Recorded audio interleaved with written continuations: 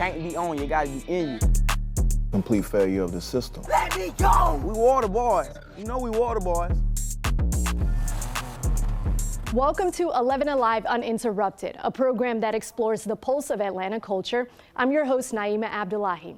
For the next half hour, we're giving you an in-depth look at Atlanta's water boys culture. You've probably seen young kids and teens selling water bottles at busy intersections, but do you know the backstory behind this longtime Atlanta tradition?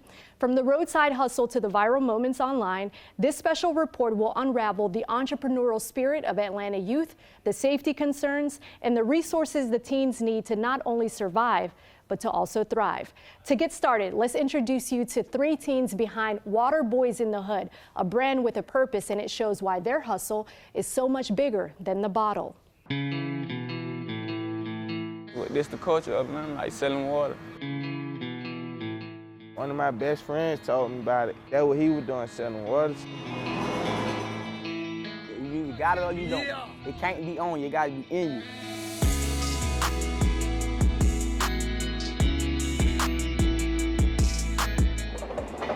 From Buckhead to the west side, it's been 9 years since Amir started selling water bottles.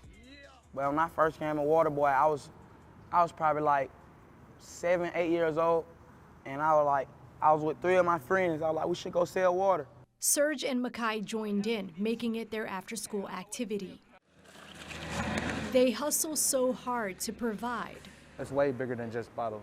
Their hustle, Water Boys' story is bigger than just a bottle because it's just what it is. It's a life resource.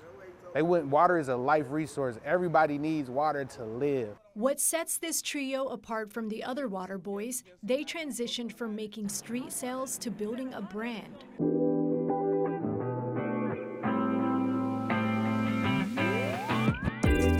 As a former water boy himself, Greg Williams knows that the difference between a bust and business is mentorship. If water is a life resource, what do the boys need to nourish their mind and their imagination? Education. Water is a life resource, so in that sense, I feel like education is a thing that they can nourish their minds and their mindset. We water boys. You know we water boys.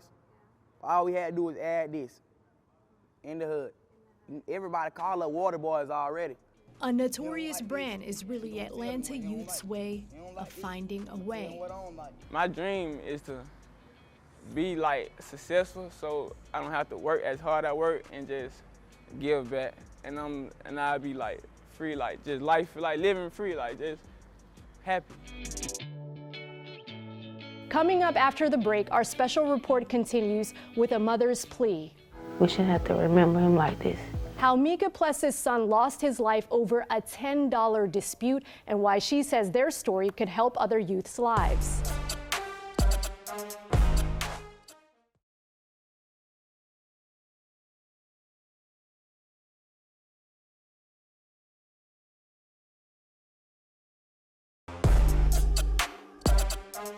Welcome back. Thank you for joining our special edition of 11 Alive Uninterrupted, Bigger Than the Bottle. For many teens, selling water in Atlanta is a side hustle to make ends meet.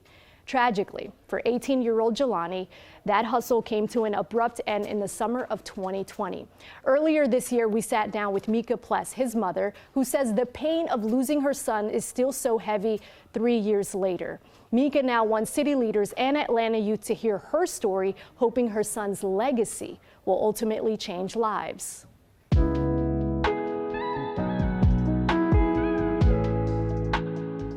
It's just a lot. It shouldn't be like this. We shouldn't have to remember him like this.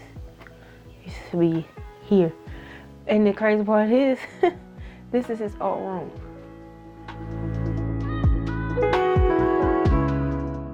What was the calendar day that changed your life? June 27, 2020, What time did you get the phone call? 2:19. And since that day, a lot of your habits haven't changed, right?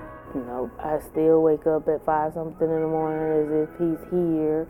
What's Jelani's story? That he was a high school graduate from Douglas High School. He had a full-time job and he had a side hustle, and his life ended from trying to sell water. All over $10. No parent should have to go through what I'm going through. Yeah. Like, that's the worst pain ever having to bury your child. Your child is supposed to bury you. You're not supposed to bury your child. Mm-hmm. And he was my first and oldest. Everything that I put in that backpack that day before he walked out the door is still in the backpack. He bought that last bottle, the case of water. The last thing Jelani bought was a case of water. That's the receipt. And this is the change from it. These are his shoes that I put in there. The one he picked up the morning when he came back. This is his work jacket that's always in there. This is his Gatorades that I put in there. The morning of as well. I think this is actually the one Yep, this is the last thing he bought. Why did you decide to keep all these items? Because it's the last thing that's the last interaction we had that day. And then that's the last thing that he purchased. What would you say to Jelani if he could hear you right now? In the efforts you still push for his legacy? It's hard. I love him and I wish he would have just came home.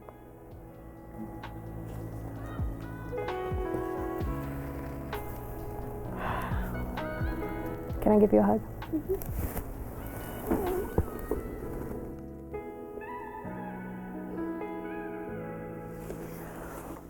He knew there was nothing I wouldn't do for him. And I just hate that he's not here. I have to go sit at the cemetery like I'm just looking at a headstone. It takes a village. We're shining a light on a program that is stepping up to make a difference and save young lives. Gary Davis Sr. has been doing just that for more than a decade since launching his program, Next Level Boys Academy. If I'm in here 5 minutes. From boys to young men, Gary Davis Sr. says he orchestrates a life-saving journey. Well, even back then, I saw a need that our young men was crying out with their mouth shut. And I decided to put a after-school program in place for young men only. 24 hours a day. Next Level Boys Academy focuses on showing the next generation the difference between chasing a bag and ending up in one. I think by the time they get to us, they've been so traumatized and victimized and socialized and all of these things that they're so far in it, they're so deep in it, there's only so much we could do. So in order to come to us, first you got to want it. When they have nothing left to lean towards, he's become the shoulder to lean on. There are not many places for young men to express how they feel outside of the music studio. And so I knew that from being a father of 3 young men that they like to be able to express themselves and not in a judgmental space. He says there's prevention and then there's intervention, like this moment during a Saturday session at the Trap Music Museum. Frustration, and I'm uncomfortable. I'm sitting on here. You mean to tell me my bed right here? They have to touch it. They have to see it. They have to feel it in order to believe that it could really happen.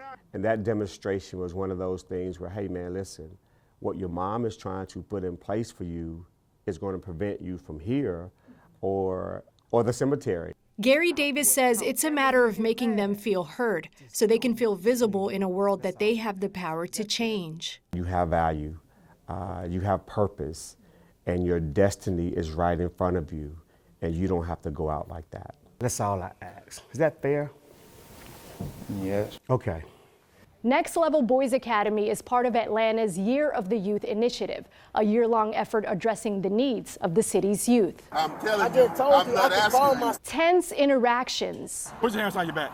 And the need to bridge the gap. You took it to this level. 11 Alive explores the relationship between youth selling water bottles and local law enforcement after the break.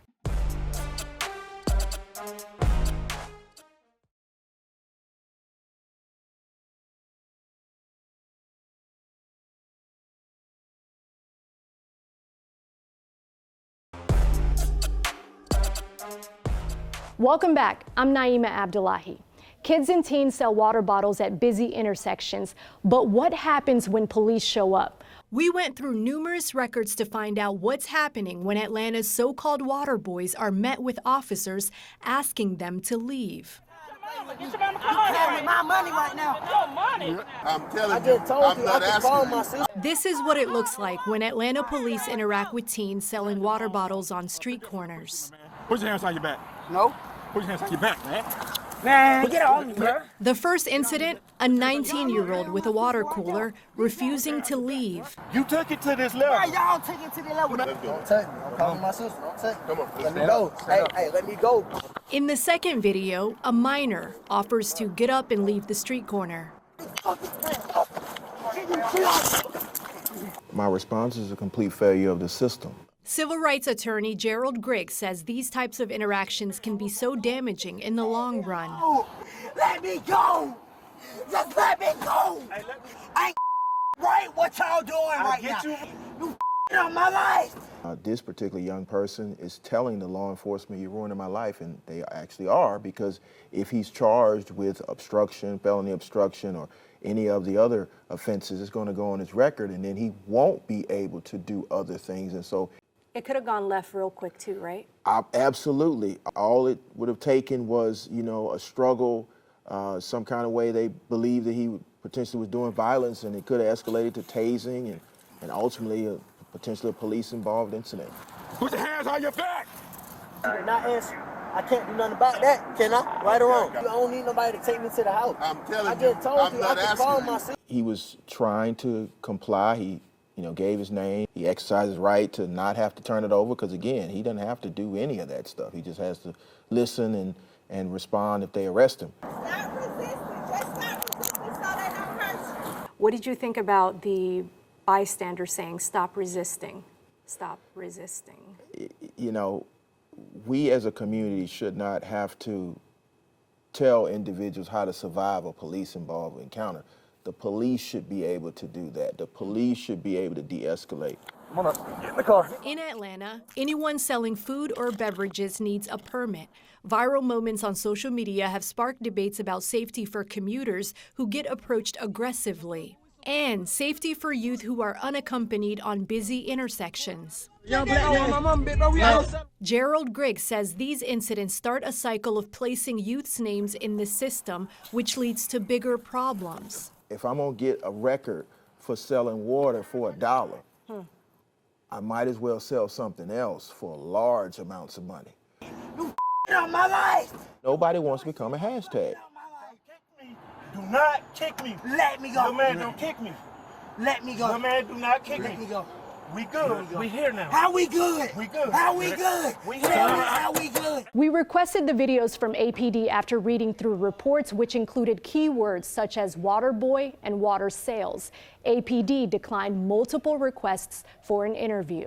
Young people from this city have seen every type of success in every shade of people, so they know they can be anything. From Atlanta youth to a hometown success story, an Atlanta City Council member is leading by example. Antonio Lewis says he's walked a mile in the kids' shoes and understands their journey.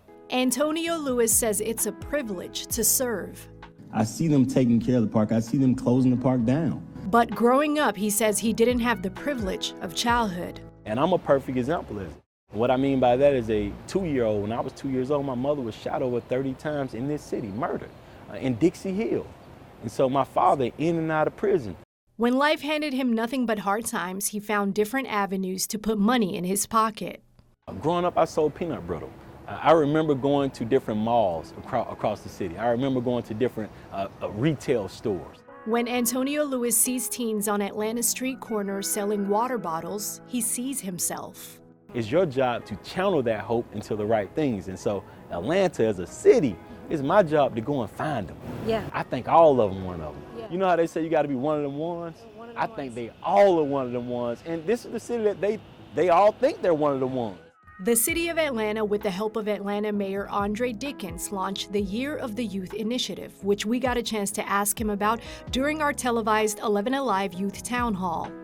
And one of the things that really does separate the youth in Atlanta, whether they live in Bankhead or Buckhead, is opportunities and resources. So how do we bridge that gap? We're trying to give them good after-school programming and then some of the older kids, giving them jobs. As the citywide initiative provides resources, Antonio Lewis says a helping hand can create the right mindset. And getting it how you live different in this city, right? So to me, getting it how you live might be pull up every day until they hire you. He wants to see Atlanta youth live with the privilege of childhood and reach their potential. Young people from this city have seen every type of success in every shade of people, so they know they can be anything. Still ahead in our special edition of 11 Alive Uninterrupted, how 2 community leaders have been deemed guardian angels for Atlanta youth.